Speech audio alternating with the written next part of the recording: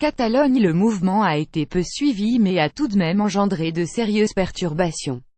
Des Catalans se sont mis en grève mercredi 8 novembre pour protester contre l'incarcération de plusieurs dirigeants indépendantistes. Si les commerces et entreprises n'ont pas répondu à l'appel de l'un des syndicats de la région, c'est le trafic ferroviaire qui a largement pâti de la situation. Dans plusieurs gares, des centaines de manifestants sont descendus sur les voies pour bloquer le trafic, comme le montre la vidéo en tête de l'article. Résultat, quelques 150 000 voyageurs ont vu leur train annulé ou affecté par d'importants retards dans la région, selon la compagnie ferroviaire nationale Renfe. Le trafic routier a lui aussi été perturbé par ce mouvement de grève.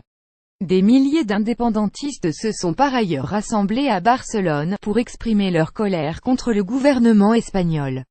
Portant des pancartes pour la liberté des prisonniers politiques et des drapeaux catalans, quelques 8000 manifestants se sont massés sur la place Sant-Jaume, devant le palais de la Generalitat, le siège du gouvernement de la région, selon la police municipale. Ils répondaient à l'appel à la grève lancé par la centrale syndicale indépendantiste CSC. Les manifestants réclament la libération de dirigeants catalans, 2 responsables d'associations séparatistes ainsi que 8 anciens membres du gouvernement catalan destitués. Accusés de rébellion, sédition et détournement de fonds publics, ils sont incarcérés en Espagne. Ce jeudi 9 novembre, la présidente du Parlement de Catalogne, l'indépendantiste Carme Forcadell, s'est rendue à la Cour suprême de Madrid où un juge décidera si elle doit être incarcérée à son tour. La déclaration unilatérale d'indépendance de la Catalogne, adoptée le 27 octobre suite au référendum du 1er octobre, a entraîné la mise sous tutelle de la région par le gouvernement central. Cette déclaration a été annulée mercredi par la Cour constitutionnelle espagnole.